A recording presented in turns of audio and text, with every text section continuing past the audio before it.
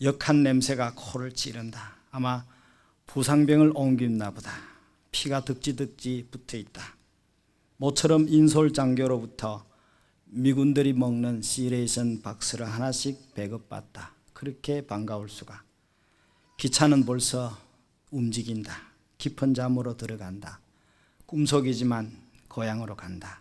8월 7일 구암, 전곡, 의성, 영천 거쳐서 천신만고 끝에 포항역에 내리다. 화약 냄새가 코를 찌른다. 격전이 벌어졌나 보다. 카빈 소총과 미군 군복을 지급받다.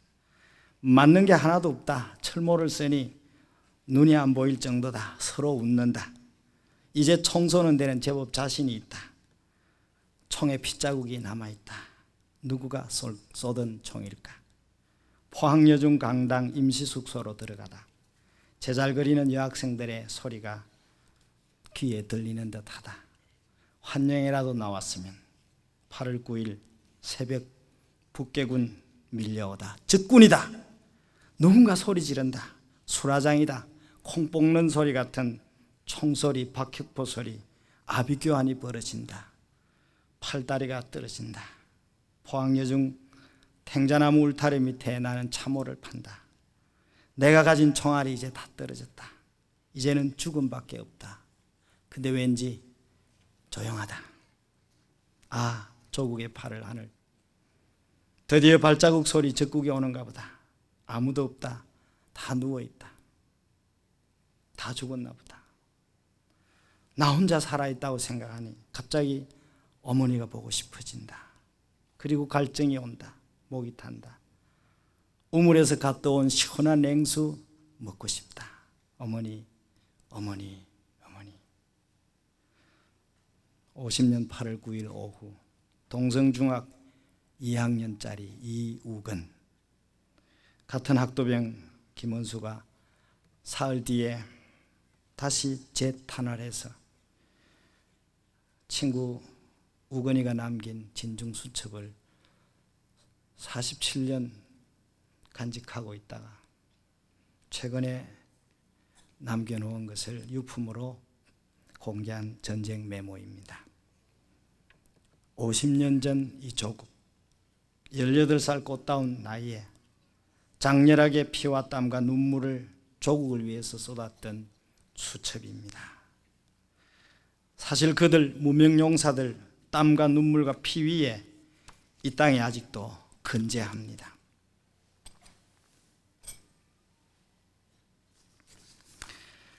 그러나 아직 전쟁이 끝나지 아니하였습니다.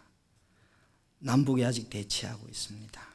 조국은 앞으로 전진하고 통일하고 싶지만 이렇게 힘든 통일이 아직 이루어지지 못하고 있습니다. 그렇습니다. 이 땅은 아직도 젊은이들의 땀과 눈물과 피를 기다리고 있습니다.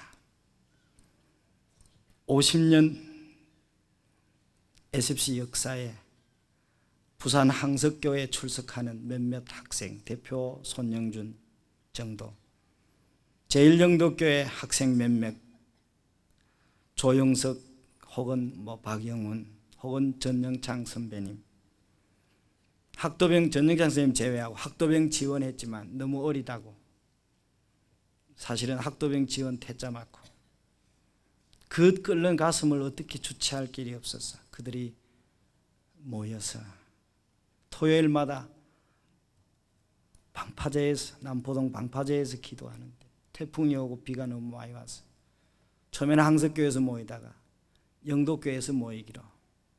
거기는 전영창 선배가 계셨고 한명동 목사님이 계셨기 때문이죠. 당시의 젊은 우리 선배님들, 가장 절박한 것이 과연 이 조국이 어떻게 될 것인가에 맞추어 있었습니다. 그리고 그들은 어리지만 이와 같은 때에 이 젊음을 어떻게 처신할 것인가에 고민했습니다. 기꺼이 땀과 눈물과 피를 쏟으려 그들은 모였고 기도했습니다. 전도했습니다. 그리고 벌써 50년이 됐습니다.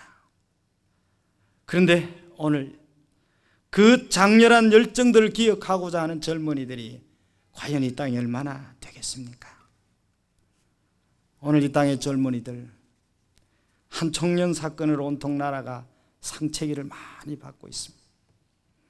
아직도 이 땅에 같은 하늘 아래 있지만 이북의 김정일의 지시를 좋아하는 젊은이들이 함께 숨을 쉬고 있다는 것이 정말 답답합니다. 연일 뉴스에 잡히는 이북 동포들의 배고픈 현장을 보면서 얼마나 가슴 안타까워하고 답답하며 이것은 남의 문제가 아닌 바로 우리의 문제요, 이 젊은이들의 문제요, 나의 문제임을 알고 안타까워하는 젊은이들이 얼마나 되겠습니까? 1974년 4월 4일 서울 서문교회 교역자 회의실 좁습니다. 전국에서 모인 SFC 상임위원 첫 대학생 대회를 이제 내일이면 시작해야 될 날입니다. 그 교회 시무 목사님 김만우 목사님 오늘 미국에서 지금 현장에 와 계십니다. 그 서슬이 실퍼졌던 날은 바로 비상조치 9호가 발표되던 날입니다. 고려대학에 처음으로 탱커가 진입한 날이기도 합니다. 오늘 그때 고대에 다녔던 선배가 여기 교수가 되셔서 강의하러 오신 분도 계시고요. 그때 위원장은 성경 공부 강사가 돼서 지금 이 강관에 오셨고, 저는 총무였기 때문에 이제 여러분 앞에 메시지를 전하러 왔습니다. 그때 간사님이셨던 김 목사님 이제 내일 저녁 말씀을 주실 텐데, 제1회 대학생대회 슬로건은 내일을 위하여 For Tomorrow라고 그랬습니다. 당시 박정희 대통령 독재의 힘든 조국을 가슴에 안고 기독교 청년 우리 SFC 운동원들이 내일을 어떻게 할 것인가에 대한 자발적인 심정이었습니다. 아무도 가르쳐주지 않았습니다. 스스로 대안을 제시하고 내일을 위해서 우리가 어떻게 할 것인가 고민했던 것이 대학생 대회 1회였습니다. 그렇습니다. 조국과 50년, 교회와 50년, 학생 신앙운동의 50년, 그것은 이 조국의 역사와 뗄래야 뗄 수 없고, 또 우리가 몸담은 이 교단과 뗄래야 뗄 수 없습니다. 왜냐하면 그 당시 50년 전에 한국 교회는 신사참배를 반대하다가 감옥살이 6년 하시고 살아있는 순교사로 내려오셔서 고려신학교를 세우시면서 앞장서셨던 분들이 대부분 다수에 의해서 리젝트 당해서 어쩔 수 없이 교단을 가르기 싫지만은 갈라서 울면서 회개운동했던 우리 교단의 선배 정신들을 보면서 우리 젊은 중학교 2학년 3학년 그 17살 18살 선배 우리님들께서 어떻게 할 것인가 안타까워하다가 전쟁마저 겹치고 그런 세월이 점철되어져서 SFC가 출발되어졌고, 또 여러분이 오늘 앉아 계신 이 대학생 대회도 마찬가지입니다. 가장 암울했던 70년대 그 민주화 운동에 우리가 프로그램으로, 수양회로, 눈물로, 기도로, 그때 주강사 세 분이 여기 오늘 다 앉아 계십니다. 손봉호 장로님, 임만열 장로님, 그리고 김만우 목사님. 저는 그 아름다운 모임이 오늘 여기까지 와서 오늘 우리가 축제를 하고 토크쇼를 하고 그 쫄병들이 이제 목사가 돼가고 말씀을 전한다는 자체만 해도 저는 너무 감격하고, 그런 메시지를 여러분에게 전달할 수 있는 중간자가 되어 있다는 것만 해도 너무 감사하고 감격합니다. 좋으신 하나님을 찬송합니다. 그런데 오늘날 이 시대는 그렇지 않는 것 같아요. 제가 부산에서 광주로 이사를 갔는데 국민학교 3학년짜리를 데리고 갔는데 그 계집아이니까는 인형들이 많습니다. 3만 원짜리 거금을 주고 태화소평에서 사다가 배추, 그 당시에는 배추 인형입니다. 머리가 배추 머리인데 그 비싼 인형을 사줬는데 그거를 그 광주 가서 뜯어보니까 머리 똥 날라갔어요. 사준 지 이제 한 달도 안 되네. 그래서 속이 상해서 야 이놈아 이 비싼 인형을 머리를 이렇게 똑 잘라놓으면 어떡하냐. 아빠 또 사주면 안 되나. 그게 오늘 우리 후손들의 생각입니다. 그때는 보리밥도 잘 못 먹었다면 라면 먹으면 안 되나? 그렇게 쉽게 생각.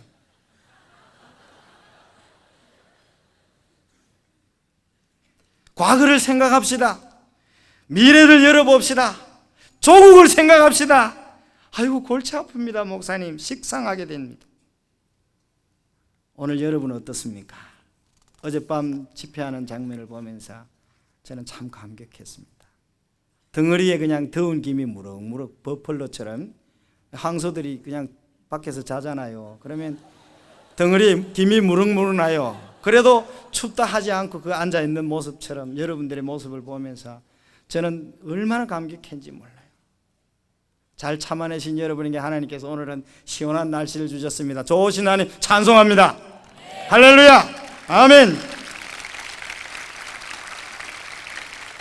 사랑하는 운동원 여러분, 신앙 안의 젊은 세대들, 온 세월은, 이 세상은, 이 세대는 간편하게 살자고 합니다. 쉽게 살자고 합니다. 지름길을 찾려고 합니다. 인스턴트 속으로 살려고 합니다. 그러나 우리는 그럴 수가 없습니다. 오늘 선배 목사님, 선배 장로님들께서 나오셔서 SFC 정신, 개혁주의 정신 얘기하실 때 저는 이거다. 지금까지 해왔고 또 확신을 얻습니다. 지름길이 없다는 사실. 이사야 30장 11절. 너희는 정로를 회복하라. 21절. 이 길이 정로니 정로를 행하라고 요청하셨는데 주님은 오셔서 내가 길이라고 말씀하셨습니다. 내가 정로라고 말씀하셨습니다. 그리고 그 주님이 겟세마네 동산으로 올라가셨습니다. 베드로도 그 길을 원치 않았습니다. 그러나 예수님만 그 길을 당신이 겟세마네 동산까지 올라가셨습니다. 갈보리까지 올라가셨습니다. 주님이 겟세마네 동산에서 오늘 마무리 기도하셨던 장면은 이 길이 정로를 우리에게 보여주시는 길입니다. 오늘 주제는 현재의 회고이면서도 현재의 앞으로 방향이면서도 현재에 우리가 어떤 고난을 감수해야 될 것인가가 저에게 주어진 이 메시지의 주제이기 때문입니다. 주님은 2000년 전 갈보리산 올라가시면서 현재의 그분이 뭘 해주셨는가를 우리에게 말씀 주시는 것입니다. 우리는 그 길을 따라가야 합니다. 우리의 현재마다. 겟세마네란 글자의 의미는 기름을 짜는 틀, 그런 뜻입니다. 정말 의미 있는 계곡의 이름입니다. 그렇습니다. 몇 시간 뒤면 로마 군인들의 소나기에 잡히시는 그 극적인 순간에 사람으로서는 짤 수 있는 모든 진액을 쏟아내셨던 현장입니다. 전 인간의 문제를 당신이 져야 하셨기에 겟세마네까지 올라가신 겁니다. 오늘 조국과 50년 지나온 우리 학생 신앙운동이 이제 세계를 향하여 50년을 열면서 우리가 우리의 현재에서 무엇을 쏟아서, 어떤 진액을 쏟아서 주님을 향하여 우리가 살아가야 될 것인가를 오늘 이 메시지, 이 말씀은 우리에게 요청하고 계시는 말씀입니다. 아무든지 나를 따라오리거든 자기를 부인하고 자기 십자가를 지고 나를 쫓아오라고 말씀하셨습니다. 히브리 13장 12절. 그러므로 예수도 자기 피로 백성을 거룩하게 하려고 성문에서 고난을 당하셨느니라. 그런즉 우리는 그 능력을 지고 영문 밖으로 그에게 나가자고 요청하셨습니다. 지금도 생생하게 우리에게 요청하시는 우리의 쏟아야 할 진액입니다. 조국과 50년, 세계와 50년의 슬로건을 받은 우리가 이제 어떤 진액을 쏟아야 될 것인가를 말씀하십니다. 디모데후서 1장 8절은 바울은 그것을 이렇게 다시 설명했습니다. 복음과 함께 고난을 받아라. 고난을 받는다는 것은 어떤 대가도 지불하겠다는 결심을 요청하는 것입니다. 주님은 겟세마네 동산에서 갈보리를 이어지면서 우리를 향하여 세 가지 진액을 쏟아주셨습니다. 주님이 진액을 쏟으신 그 세 가지 의미가 우리가 가야 할 현재에 쏟아야 할 우리의 진액의 내용이기도 합니다. 오늘 본문 44절 보면 애써 더욱 간절히 기도하시니 땀이 땅에 떨어지는 핏방울같이 되더라. 그렇습니다. 땀을 우리를 향해서 쏟아주셨습니다. 오늘 우리에게 주시는 주님의 도전입니다. 땀을 쏟으며 살자는 말씀입니다. 조깅을 아침마다 자주는 안 하지만 거의 그러지 않고 하려고 애를 씁니다. 배가 좀 나왔거든요. 근데 오늘 이승구 목사님 보니 저보다 좀 더 나왔더라고요. 그래서 저녁을 같이 먹자 했더니 이제만 철도 들었는가 봐. 이제 배 좀 줄인다고 저녁 안 먹는다 하더라고. 저도 사실은 좀 위험수위입니다. 그래서 아침마다 조경을 하는데 또 뭐 황수관 박사 같은 분이 뭐 유산소 운동이 좋다. 저는 벌써 알고 있었지만 이제 새로 배우고 나니 그게 좋은 줄 알았습니다. 한두 시간 걷는데 처음에는 코에 땀이 납니다. 그리고 등허리에, 그리고 온몸에 땀이 납니다. 그리고 1시간 반쯤 걷고 집에 와서 샤워하면 그렇게 상쾌할 수가 없습니다. 그리고 하루가 개운하게 시작됩니다. 땀은 사람이 힘쓰고 애쓰는 가운데 나옵니다. 고통을 겪을 때 나옵니다. 노동을 투자할 때 나옵니다. 수고를 투자하면 나옵니다. 괴로움을 동반하면 나옵니다. 때로는 충격을 많이 받을 때도 식은땀이 나지만 그렇습니다. 땀, 그것은 고통입니다. 힘씀입니다. 애씀입니다. 그러나 우리 주님이 오늘 우리에게 요구하시는 땀은 사우나에 들어서 돈 들여서 흘리는 인스턴트 땀을 요구하지 않습니다.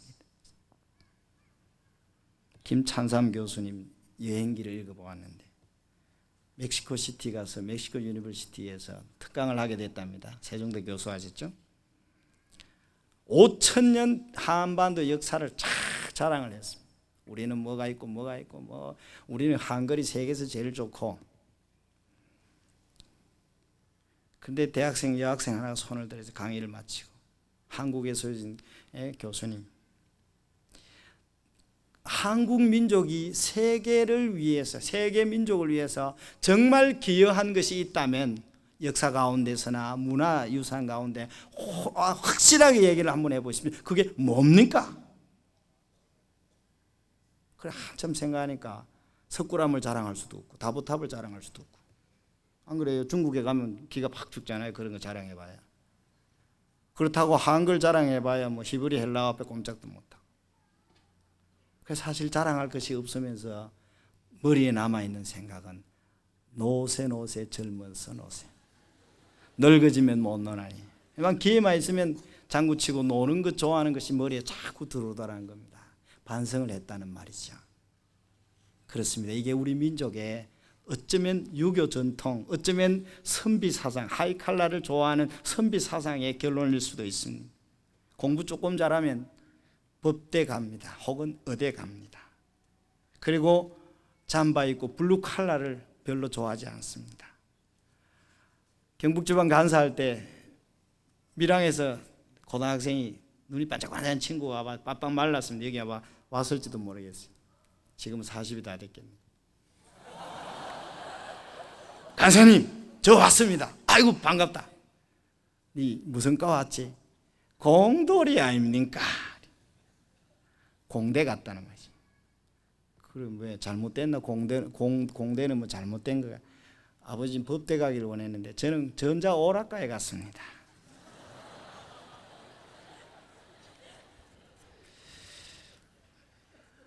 그래도 그 전자공학과를 나와서 대우자동차에 상당히 중요한 위치에서 일을 하니까 제가 자랑스럽게 얘기하면 이름은 못 대겠습니다만은 실업계 고교 진학을 하면 죽는 줄로 아는 것이 오늘 우리의 모습입니다.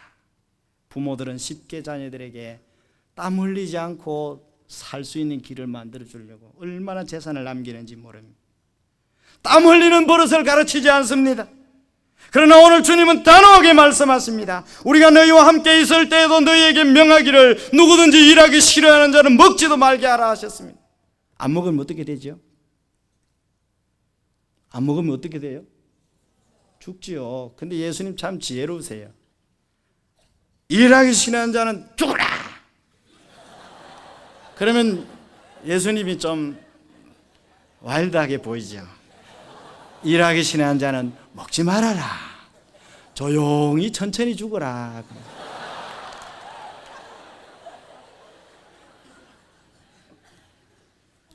여러분, 우리 주님은 이 땅에 사실 때 30년 노동자셨습니다. 어제 뭐 노가다 얘기하셨는데 저 치사반장 노가다 출신입니다. 제가 SFC 치사반장 출신입니다. 저 치사 시스템 저런 것들 미안합니다만은 제 머릿속에 많이 나왔습니다. 장비 구입하고 83년대에나 뭐 옛날 얘기는 안 하기로 마음을 먹었습니다. 해봐야 뭐.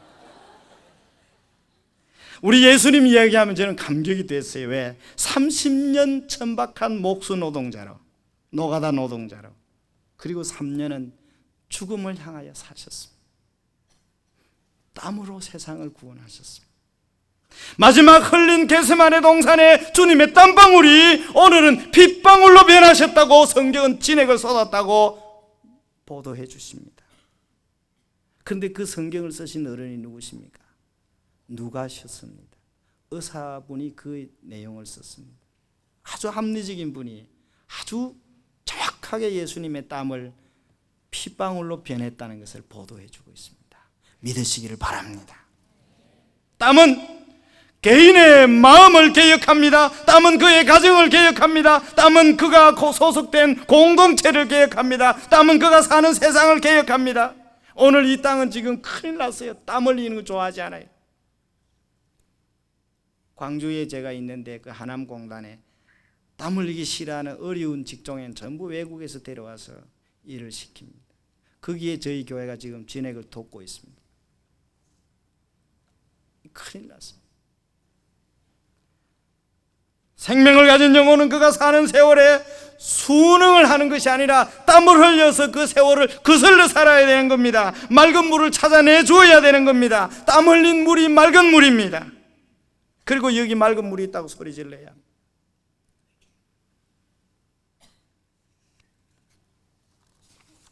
사랑하는 운동원 여러분, 나사렛 예수님은 분명히 소수셨습니다. 땀 흘린 소수셨습니다. 그러나 그는 창조적인 미래를 우리에게 제시하셨고 가르쳐 주셨고, 당시 헬라 문화를 향하여 도전 주셨고, 로마의 권력 문화를 향하여 도전 주셨고, 그리고 세계에 도전을 주시고 교회를 세워 주셨습니다. 그리고 우리에게 복음과 함께 고난을 받으라고 요청하고 계시는 것입니다. 사랑하는 후배 여러분, 남은 생에 오늘 우리가 받았던 이 개혁주의 신앙을 내 삶에 묻고 이 복음과 함께 땀을 쏟아 하나님 나라와 이 조국과 다음 세대의 세계를 향하여 쏟아내시는, 진액을 쏟아내는 충성된 주의 백성 되시기를 바랍니다. 히브리 5장 7절 말씀 아까 읽었는데요, 그는 육체에 계실 때에 자기를 죽음에서 능히 구원하실 이에게 심한 통곡과 눈물로 간구와 소원을 올렸고 그의 경외하심을 인하여 들으심을 얻었다라고 말씀을 공개하고 있습니다. 복음서에 없는 말씀입니다. 히브리 기자는 누가복음, 마태복음, 마가복음, 요한복음에 없는 예수님이 십자가까지 올라가시는 동안에 통곡과 눈물, 그는 어떤 통곡에 심한 통곡과 심한 눈물로 겟세마네 동산을 장식하셨다고 보도하고 있습니다. 그렇습니다. 예수님이 우리에게 주셨던 두 번째 진액은 눈물입니다. 눈물은 땀과 대조되는 진액입니다. 땀은 힘쓰고 애쓰면 나오지만 눈물은 아무리 힘쓰고 아무리 운동량 여기 10바퀴 돌아도 눈물 나오지 않습니다. 그렇죠? 근데 언제 눈물이 나옵니까? 감정이라고 하는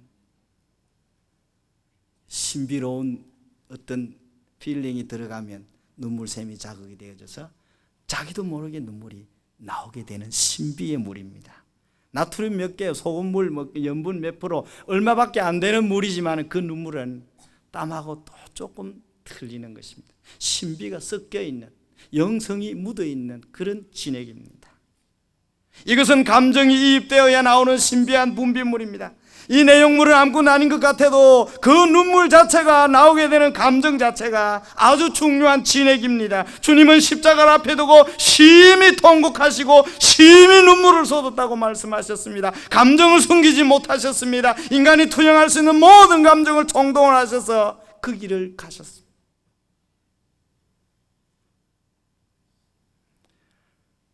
주님 가신 길, 십자가의 길, 어둡고 무거웠던 길, 골고다에 올라가시면서 주님이 우셨던 눈물, 오늘 우리가 이 땅에 사는 동안에 함께 우리의 삶의 현장에서는 늘 눈물이 마르지 않게 되기를 바랍니다. 주님은 이 땅에 사는 동안에 웃었다는 기록은 없습니다. 그러나 우셨다는 기록은 대표적으로 크게 3번 나옵니다. 오늘 본문 히브리 5장 7절 말씀, 용서를 주시기 위한 눈물입니다. 죄를 해결하시기 위한 눈물입니다. 인류 전체의 근본적인 죄를 해결하시기 위한 당신이 속죄양이 되셔서 우리가 울어야 할 그 눈물을 당신이 통곡과 눈물로 쏟아서 우리가 울어야 할 눈물을 대신 우셨습니다. 그리고 우리에게 너희도 이 눈물을 흘려달라고 복음과 함께 고난을 요청하시는 것입니다.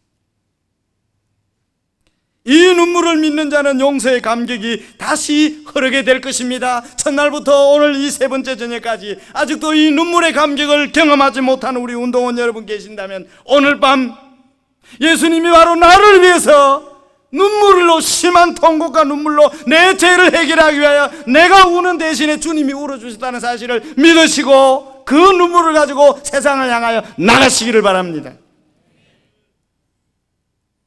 용서받은 감격 없이는 안 됩니다. 저는 어젯밤 첫날 밤 메시지에 조금 26살이 되시도록 군대 갔다 올 때까지 SFC를 통과했는데 구원의 감격이 없었다, 뭐 그런 얘기를 들을 때 조금 저는 생각을 했습니다. 저는 SFC 집회 와서 구원의 감격을 받았고 구원의 확신을 얻었기 때문입니다. 회개하고 눈물 흘리고 나니까 내가 용서받은 감격이 있더라고요. 믿습니까? 저는 68년 부산 남교회에서 내 장막터를 넓히라 할 때 서운태 목사님 말씀 전할 때 저 그때 깨진 사람입니다. 26살이 아니라 고등학교 2학년 때 저는 깨졌습니다. SFC를 통해서 저는 거듭난 사람입니다. SFC를 통해서 거듭난 사람이 오늘 얼마나 많습니까? 여러분, 집회 시간마다 여러분 이 눈물의 감격을, 옆에 있는 형제들이, 선배들이 우는 눈물을 보시고 왜 내가 울어야 되는가, 왜 저 형제가 울어야 되는가를 함께 깨닫기를 바랍니다. 아직도 이 깨달음, 이 감격이 없으면 오늘 저녁에 들어오시기를 바랍니다. 하나님이 구하시는 제사는 상한 심령이라 하나님이여 상하고 통회하는 마음을 주께서 멸시치 아니하시리이다. 내가 별 수 없는 죄인임을 고백하고 주님이 내 죄를 위하여 심한 통곡과 눈물로 겟세마네 동산에서 눈물을 쏟아주셨다는 사실을 믿으시길 바랍니다. 그게 구원입니다. 그 확신입니다. 너무 합리적으로 고민하지 마십시오. 그리고 이 어두운 시대에 흥크러진 원인이 너에게 있지 아니하고 이 제도에 있지 아니하고 이 메커니즘에 있지 아니하고 이 구원의 감격, 주님이 나를 위해서 눈물을 쏟아주셨다는 이 감격을 느끼지 못하는 바로 나에게 있다는 사실을 확인하시기를 바랍니다. 주님이 나를 위해서 울어주셨다는 사실을 확인하시면 그게 구원받는 겁니다. 나를 위해서 울어주셨다, 통곡해 주셨다. 그리고 나를 위해서 울어주셨으니 이제 내가 또 다른 사람을 위해서 울어줘야 되는 것이 현재 SFC가 가야 할 복음과 함께 고난을 받는 길인 줄로 믿으시기를 바랍니다. 50년 전 해방과 함께 세상을 좌우익으로 싸웠습니다. 교회 안에도 좌우익이 있었고 하나 더 있어서 신사참배를 했던 분들과 신사참배를 못했던 사람들끼리 보이지 않는 갈등이 있었어요. 영적인 전쟁입니다. 어른들이 그 눈물로 한국교회 정화를 향해서 회개를 요청했을 때 우리 학생들은 학생 신앙운동을 조직하고 어른들의 눈물 속에 우리도 어떻게 책임을 느낄 것인가 했던 것이 SFC의 기본 정신입니다. 그게 개혁주의 신앙이고 하나님 중심, 교회 중심, 성경 중심의 말씀에 우리의 주신 귀중한 재산인데 오늘 제가 68년도 부산 남교회에서 내 장막터를 넓히라, 서울서 저는 학교를 다녔습니다. 그래서 부산으로 수양에 가는 날만 1년에 한 번 기다립니다. 얼마나 좋은지. 거의 대부분 부산서 집회를 했어요. 3.1교회하고 남교회하고 아니면 고신대학 강당에서. 근데 처음 제가 참석했을 때 너무 놀랐습니다. 그때 장희종 목사님께서 장 목사님 찬송을 잘 못하시는데도 왠지 그때 찬송 인도하셨습니다. 저 어른께서 그 감격하면서 책상을 지금 찬송 인도하시고 막 통성기도 하는데 우리 교회 선배들이 막 우시는데 저분이 왜 울까? 저는 맹송맹송했거든요, 처음에는. 근데 둘째 날, 셋째 날 철학기도 때 깨졌습니다. 그렇구나.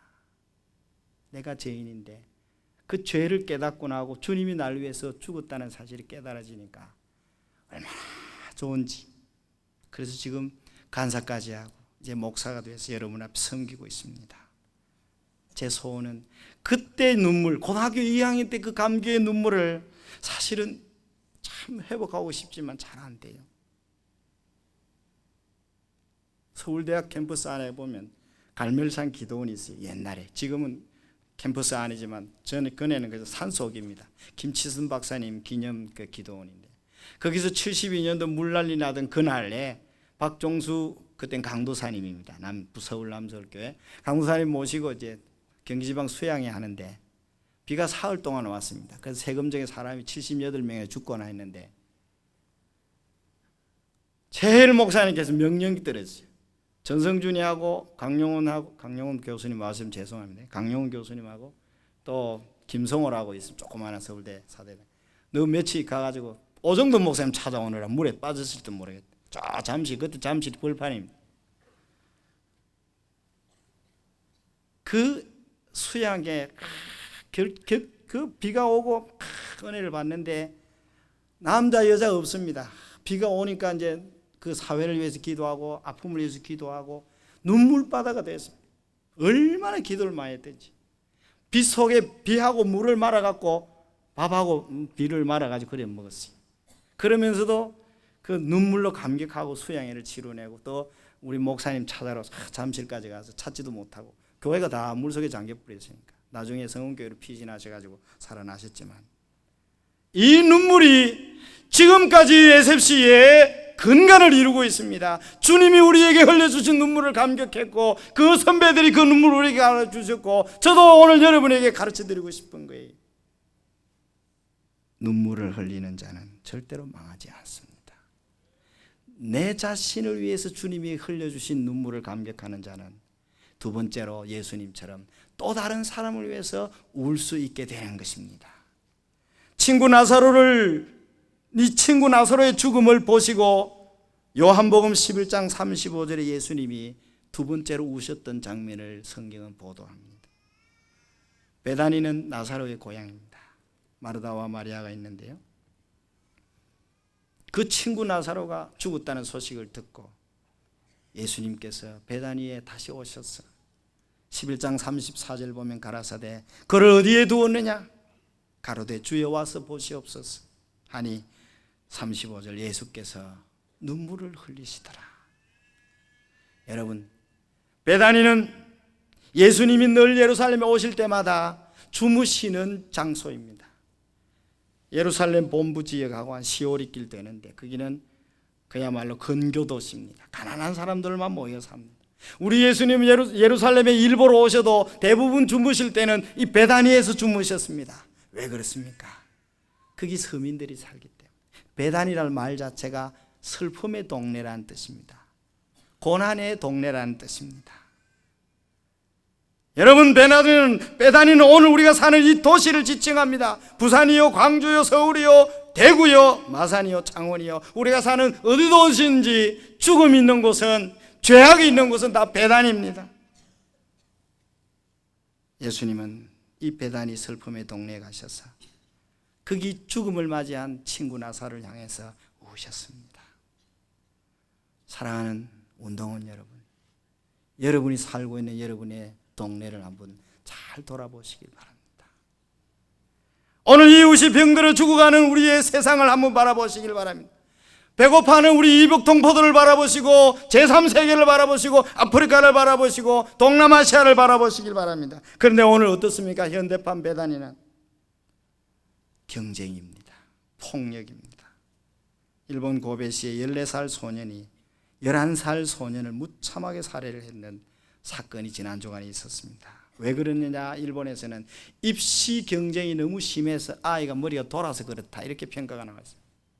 남의 나라 이야기는 아닙니다. 우리나라에도 담배갑에 나오는 숫자를 붙여서 한 클래스에 들어가서 42분 나와라 해서 린치를 가한 일이 뉴스에 떴던 일이 있습니다.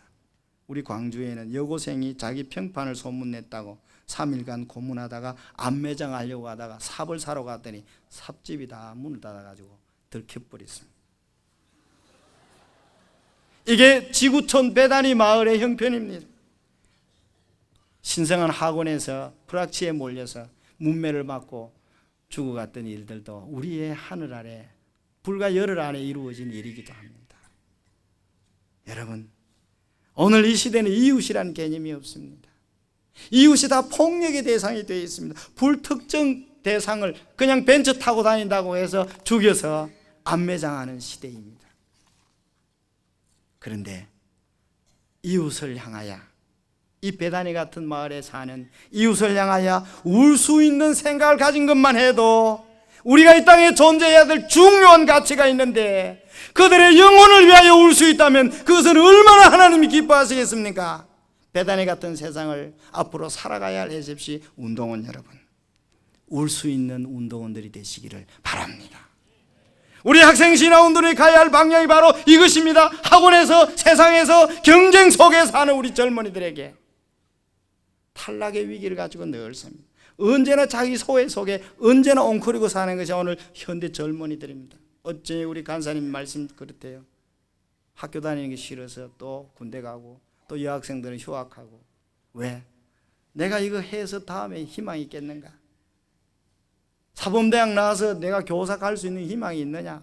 교대 나와가지고 300명 졸업했는데 1년에 교대 나오면은 우선순위 성적 우선순위 10명, 9명 발령 나고 나머지는 3년, 5년 기다려야 되는데 장다리가 다 나뿌리잖아요. 언제요? 그죠? 시집도 가야 되고. 이게 오늘 우리의 답답한 현실입니다. 그래서 그런지 오늘 이 시대는 정신병동에 갇혀 사는 것처럼 보입니다. 모두 문명에 감정되어, 죄악에 감정되어 살고 죽어갑니다. 이게 배단위 마을입니다. 고통의 마을입니다. 음란병에 걸려 죽어가고 있습니다. 이 탕자 문명을 향하여 50년 전에 탕자 문명을 향하여 소리 질렀던 SFC의 전통을 우리가 다시 불을 붙이고 눈물을 쏟아야 되는 사명을 오늘 주님이 우리에게 주시는 것입니다. 의분을 가지고 나사로의 죽음을 보시고 의분을 가지고 통분하고 우셨던 예수님처럼 오늘 이 시대를 향하여, 이 시대의 젊은 세대를 향하여 울 수 있는 SFC 운동회 되시기를 바랍니다. 누가복음 19장 41절 보면 주님이 세 번째 눈물이 소개되는데요, 그것은 예루살렘의 멸망을 안타까워하며 예루살렘 여인들아, 나를 위해서 울지 말고 너와 너의 후손들을 위해서 울어야 된다라고 말씀하셨어요. 여러분, 누가복음 19장 41절 보면 가까이 오사 성을 보시고 우시며 가라사대 너도 오늘날 평화에 관한 일을 알았다면 좋을 뻔하였거니와 지금 네 눈에 숨기었도다. 날이 이를지라 네 원수들이 토성을 잡고 너를 둘러 사면으로 가두고 또 너와 님이 그 가운데 있는 네 자녀들 땅에 메어치며 돌 하나도 돌리 남기지 아니하리니 이는 권고받을 날을 네가 알지 못하리니 인함이니라 하시니라. 그러면서 성을 보고 우셨습니다.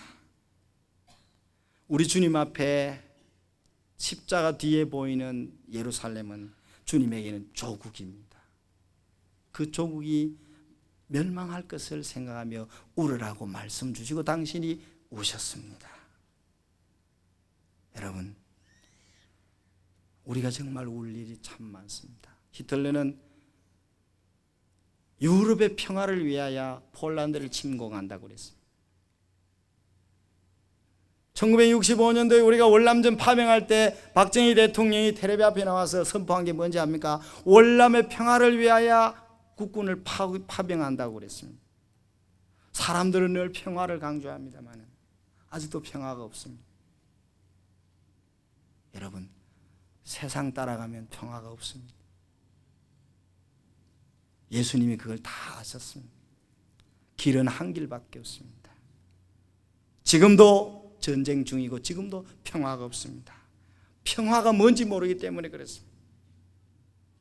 평화는 통일이 되어서도 오는 것도 아니고, 평화는 돈이 많아지는 것도 오는 것도 아닙니다. 정치가 안정되어서 평화가 오는 것도 아닙니다. 평화는 죄의 문제가 해결되어져야 진정한 평화가 온다는 사실을 믿으시기를 바랍니다. 죄 용서받은 성도들이 하나님을 모시고 찬송하는 것이 가장 아름다운 평화요, 그 평화가 연결된 곳이 천국입니다. 이 세상엔 참 평화가 없습니다. 십자가 감격 없이는 참 평화를 얻을 수가 없습니다. 주님은 그 평화, 이 세상의 평화를 위하여 오셨습니다. 마음에 안 들지만은, 해결이 안 되지만은 주님은 예루살렘을 향하여 오셨습니다. 우리 보수교단이 가장 실수하는 것은 현세를 향하여 비판을 할 수 있어도 잘 울지를 않습니다. 오늘 두 분 선배들께서 현실도 강조해 주시기 때문에 제가 참 힘이 납니다만, 에셉시가 가야 할 우리의 눈물의 대상은 오늘 우리의 조국입니다. 개인주의가 입버릇처럼 나와 있지만 우리 에셉시는 이제 다음 50년은 예수님처럼 평화가 없는 이 세상을 향하여 울 수 있기를 바랍니다. 1940년도에는 윤동주님이 계셔서 행복했어요. 1943년도에는 주기철 목사님, 한상도 목사님 계셔서 행복했습니다.